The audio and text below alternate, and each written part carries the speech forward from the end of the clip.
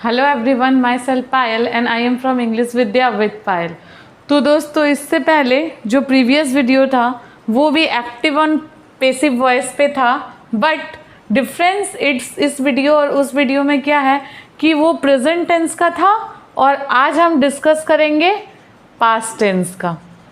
Because कल ही मैंने बताया था कि एक्टिव एंड पैसिव वॉइस में भी जिस तरह टेंस का ट्रांसफॉर्मेशन होता है उसी तरह इसमें भी एक्टिव और पैसिव वॉइस में भी हम टेंस बाय टेंस, पहले प्रेजेंट टेंस जो ऑलरेडी डिस्कस्ड है, अगर आप लोगों ने नहीं देखा है तो प्लेलिस्ट पे जाइए, उस पे है एक्टिव और पैसिव वॉइस का प्रेजेंट टेंस का किस तरह से हम ट्रांसफॉर्म कर सकते हैं, किस तरह से चेंज कर सकते हैं।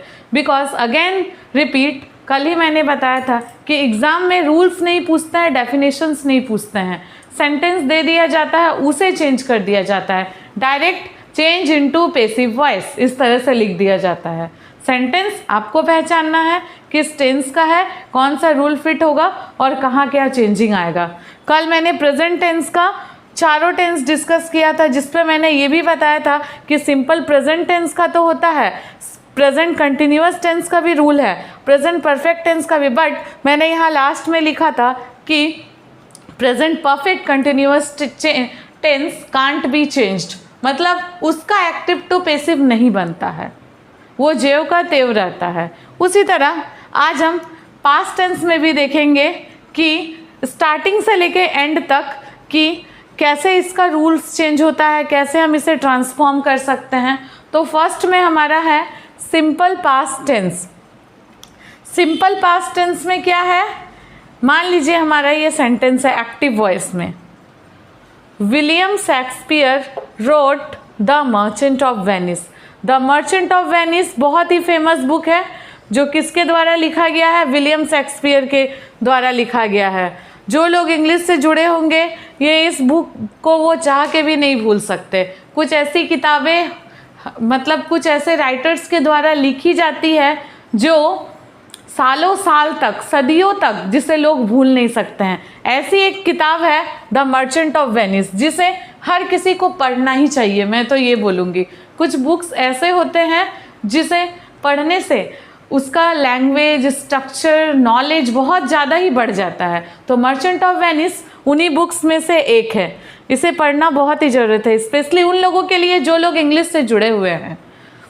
तो मैंने यहाँ एक सेंटेंस लिखा है विलियम शेक्सपियर रोट, बिकॉज ये हमारा सिंपल पास्ट टेंस में है तो यहाँ रोट हो जाएगा द मर्चेंट ऑफ वेनिस। अब इसे चेंज करना है पैसिव वॉइस में।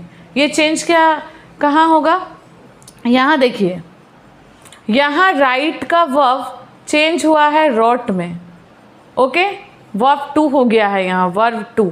देन जब हम इसे पैसिव वॉइस में करेंगे तो वहाँ क्या चेंज होगा, वहाँ ये सिंपल पास्ट टेंस है तो वहाँ सीधा सीधी वॉज वेयर रिटन हो जाएगा।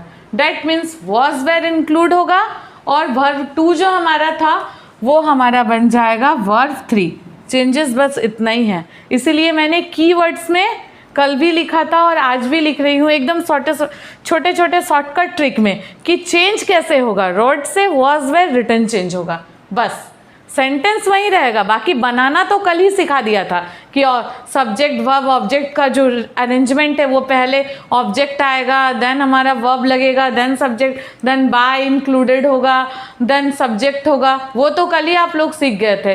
बट आज सिर्फ एक शॉर्टकट ट्रिक से समझना है कि कहाँ क्या चेंज लगेगा। तो यहाँ जो सेंटेंस है द मर्चेंट ऑफ वेनिस वो पहले आ जाएगा, the Merchant of Venice was लगेगा बिकॉज ऑफ सिंगुलर, अगर प्लूरल रहता तो वर्ड लगता। The Merchant of Venice was, wrote था तो रिटन हो जाएगा, वर्ब टू से ट्रांसफॉर्म होगा वर्ब थ्री में, the Merchant of Venice was written bye.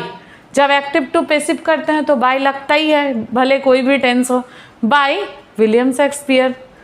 यहाँ तो कोई दिक्कत नहीं है, बहुत ही आसान है, सिर्फ इस चीज़ को माइंड में रखना है, इसीलिए मैंने यहाँ साइड पे लिख के रखा है was were written. That means was were include होगा और वर्ब टू जो था वो वर्ब थ्री बन जाएगा, डैट्स ऑल, और तो कुछ है नहीं इसमें। William Shakespeare wrote the Merchant of Venice, वहीं चेंज होके बनेगा the Merchant of Venice was written by William Shakespeare. Then चलते हैं पास्ट कंटिन्यूअस टेंस में। इस पे क्या होगा, इस पे हमारा जो एक्टिव वॉइस का सेंटेंस होता है वो रहता है वॉज वेयर और आईएनजी फॉर्म में रहता है। यहाँ they were watching TV when I got home, जब मैं घर पहुँचा तो वे लोग क्या कर रहे थे, टीवी देख रहे थे। जब हम इसको पेसिव वॉइस में चेंज करेंगे वॉज वेयर तो सेम रह जाएगा, बट मैंने कल भी और टेंस पढ़ाते समय भी बताया था जब आईएनजी कंटिन्यूअस फॉर्म होता है तो वहाँ आंख बंद करके हमें बिंग लगा देना है। यहाँ एक वर्ड लग जाएगा बिंग, और जो हमारा वॉचिंग था वो हो जाएगा वॉच्ड। डैट मीन्स जो आईएनजी फॉर्म में था वो हमारा वर्ब टू में आ जाएगा।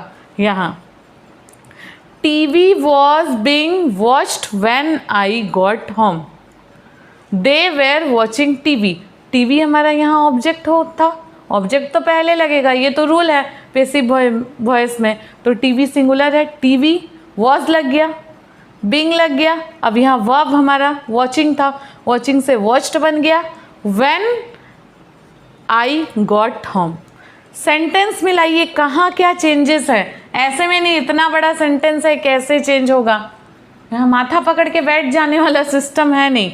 यहाँ बस इसको लर्न करना है और इसको वॉज वेयर वॉचिंग के जगह वॉज वेयर सेम रह जाता है, बस आईएनजी है इसलिए बिंग लगेगा और ये वर्ब टू में चेंज हो जाता है।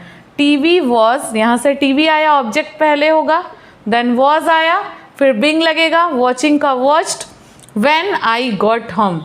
अब दे वेयर कहाँ चले गया, यहाँ पे भी बहुत लोगों को परेशानी होगी कि दे वेयर उड़ गया, बिकॉज बहुत सारे ऐसे भी होते हैं चेंजेस जिसमें कल मैंने बताया था इस साइट पे लिख के कि दे का देम होता है। ओके, तो बहुत सारे इंग्लिश लैंग्वेजेस के बुक में मैंने देखा है, इसलिए मैंने यहाँ नहीं लिखा है, और बहुत सारी बुक्स में होते भी है। फिर आप लोग कमेंट में ये कीजिएगा, मुझे पता है कि बहुत सारे बुक्स में, बट जो स्टैंडर्ड लेवल की जो एडवांस इंग्लिश लैंग्वेज आ गया है उसमें बाय देम लिखा हुआ नहीं है, उसे सब्स्टिट्यूट कर दिया गया है।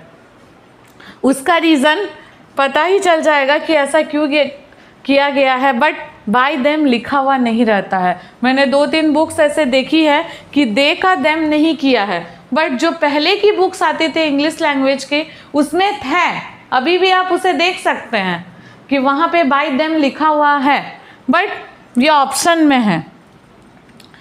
नेक्स्ट हमारा है पास्ट परफेक्ट टेंस। इसमें सभी जानते हैं कि हैड लगा हुआ रहता है।